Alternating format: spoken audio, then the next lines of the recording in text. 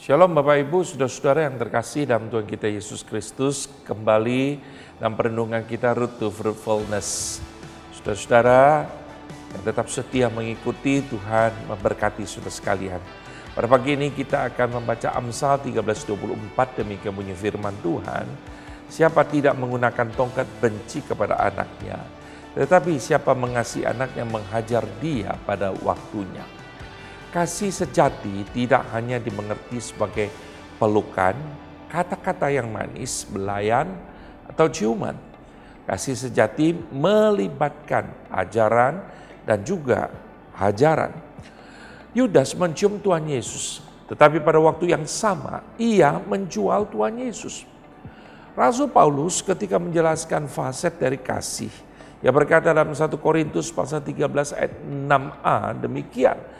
Kasih tidak bersukacita karena ketidakadilan.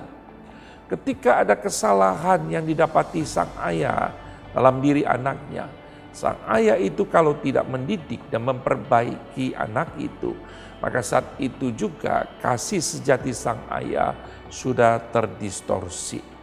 Penulis Amsal dalam Amsal 29 ayat 15 berkata, tongkat dan teguran mendatangkan hikmat, tetapi anak yang dibiarkan mempermalukan ibunya. Tidak ada orang tua yang sejati yang mau menyakiti atau melukai hati anaknya. Namun demi anaknya bisa menjadi orang yang benar. Terkadang mereka rela mengajar dan menghajar anaknya. Tentu saudara-saudara tidak sembarangan. Raja Daud ketika merencanakan membangun bait Allah, pada malam itu Tuhan berfirman kepada Nabi Nathan bahwa bukan Daud yang akan membangun bait Allah, melainkan anaknya, yaitu Salomo. Sehingga di dalam 2 Samuel pasal 7 ayat 14-15, Tuhan berkata, aku akan menjadi bapaknya Salomo, ia akan menjadi anakku. Apabila ia melakukan kesalahan, maka aku akan menghukum dia dengan rotan yang dipakai orang, dengan pukulan yang diberikan anak-anak manusia. Tetapi kasih setiaku tidak akan hilang daripadanya, seperti yang kuhilangkan dari Saul yang telah kujauhkan dari hadapanmu.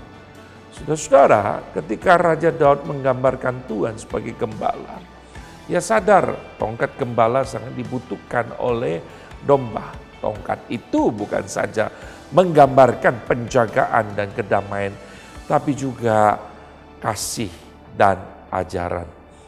Penulis surat Ibrani dalam Ibrani pasal 12 ayat 6-7 berkata, karena Tuhan menghajar orang yang dikasihinya dan ia menyesa orang yang diakuinya sebagai anak. Jika kamu harus menanggung ganjaran, Allah memperlakukan kamu sebagai anak.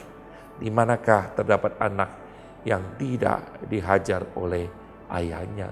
Kiranya Tuhan menolong kita. Amin.